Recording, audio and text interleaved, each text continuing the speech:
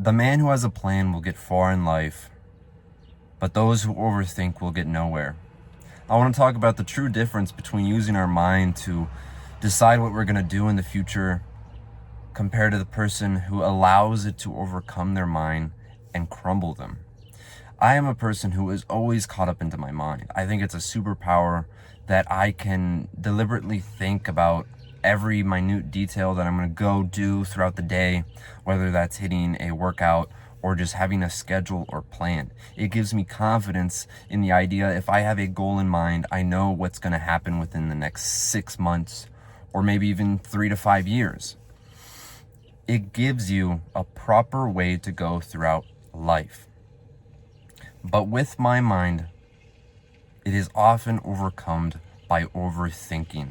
You approach that girl and you kind of have enough momentum to continue to walk towards her, but your mind gets filled with thoughts, ideas. You already built a scenario where you got defeated. And you go up there, maybe even walk away. That's something I've done a lot. But the words just aren't there. You're too psyched out. Job interview. You're thinking about it all day long. You go in there and you're just shaking. Many things like that happen in my life where I'm engulfed in thoughts. And something that always is part of the outcome when I do battle through it is I realized it truly wasn't that important. It is something to think about the gym, for example, and what we're going to do. The workouts that we switch out bi-weekly, the bulking plan, the dieting, the workouts you're going to do. And thinking about things like that is very important. You're going to get far. You're not someone that's just going throughout life fluid and you're going to be pushed around by obstacles. Instead, you're going to penetrate through the things that are stopping you. But when you overthink in the mundane moments of life, it will overcome you. So a lot of times you have to practice almost a form of stoicism where you just say, I am going to go through with whatever task I have. I've already predetermined the bare minimum, which we'll get into that. And I am going to simply react. And it's one thing to use my mind to be prepared for every single outcome. The yeses, the nos, the maybes. But I am going to simply go in there with one answer and see what happens. And if I get some result, I will react upon that and I will continue to go forward. Now, going in there with a thought is very important because you have to believe that there is a bare minimum that you have to do. There is either a goal of the outcome, like a job interview. All right, what do I want? I want to get the job.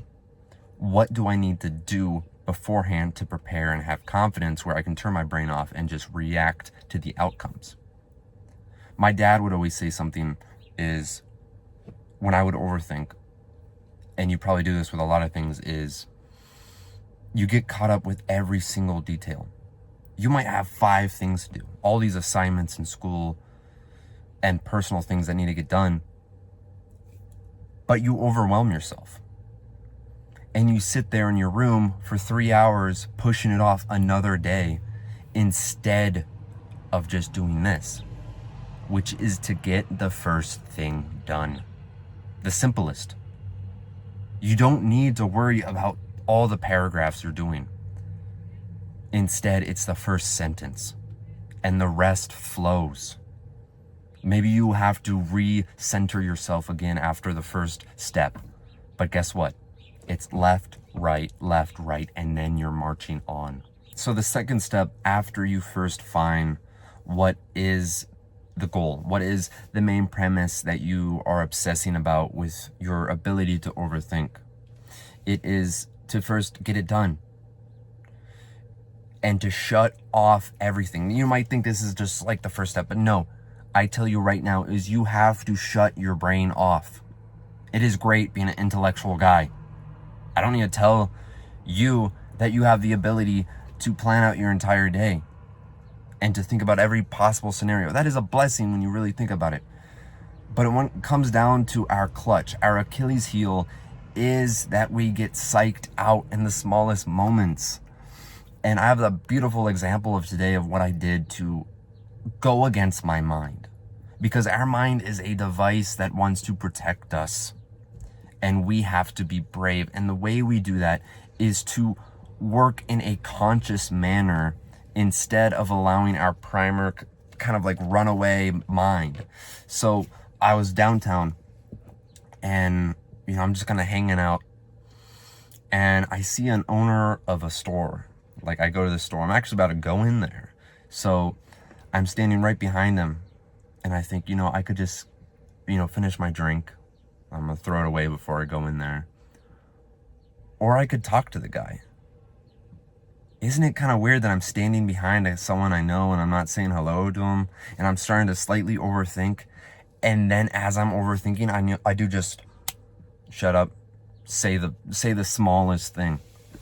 He smokes. I'm like, you get unlimited smoke breaks. Just something stupid to spike up conversation. But it went somewhere. We exchanged words, and then I went upon my day. And that was kind of like a little glimpse, because I always forget to do this, is to not allow your brain to make you a pussy. That's really the roughest way to say it, is do not allow your mind to be a coward. So you have to go off the initial thought. Maybe this is step 3, step 4. I'm just kind of freestyling this video. But the idea is to numb yourself down, to dumb yourself down, that, oh, I want to go talk to someone. Let's do it. I need to go do my homework. Let's do it. And you use the previous steps of not allowing yourself to really go crazy into it. Yes, you can sit there and plan, but then take the initiative. What's the first thing? Talk to someone. Write the first paragraph. Get the first workout in. Like, even lace up your shoes before the gym could be the first step if you're overthinking about how nervous you are going to the gym. And then you just flow with it. Yeah, I had an awkward conversation with that guy, slightly. But I went on and just kind of had a natural flow. I go in there, I see a girl, I walk past her, and this was kind of like the same moment with talking to that guy outside. I had an opportunity to flee. But instead, I said, I'm going to go talk to her. Again, I didn't want anything out of her. People psych up talking to women in the sense of like phone numbers and blah, blah, blah. But I literally just wanted to say, hey, how are you doing? So I 180'd that bitch, turned around. I said, hey, how are you doing? She was like, good. How are you? I said, good. I felt accomplished.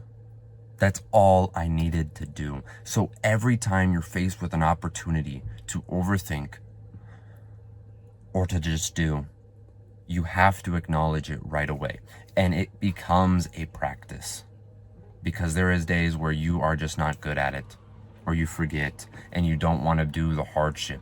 But there is a quote that my future self gets to reap the fruits of my labor. I think that's how it went. But understand that all this hard work, all of this stuff goes to better ourselves, where eventually we get into that state and we no longer need to overthink, because it's not fun. You're nervous, cortisol is spiking, you're stressing out. So you just need to find the first thing to do. And it's the next step, and that's the next step, and then the next step. And soon you will look back and realize the stress that I put on with the date, with the interview, the school, whatever. It was just all a belief that I was nervous and scared. And you walk out of there more confident. And you don't allow yourself to be a coward. Instead, you tell yourself that we're going to do it. Because you have the possibility to do anything. You just need to break the barriers in your mind. And if you don't know me, I'm Maxwell. I help teach young men self-improvement. I appreciate if you like and subscribe, comment down below, and I'll see you on the next video.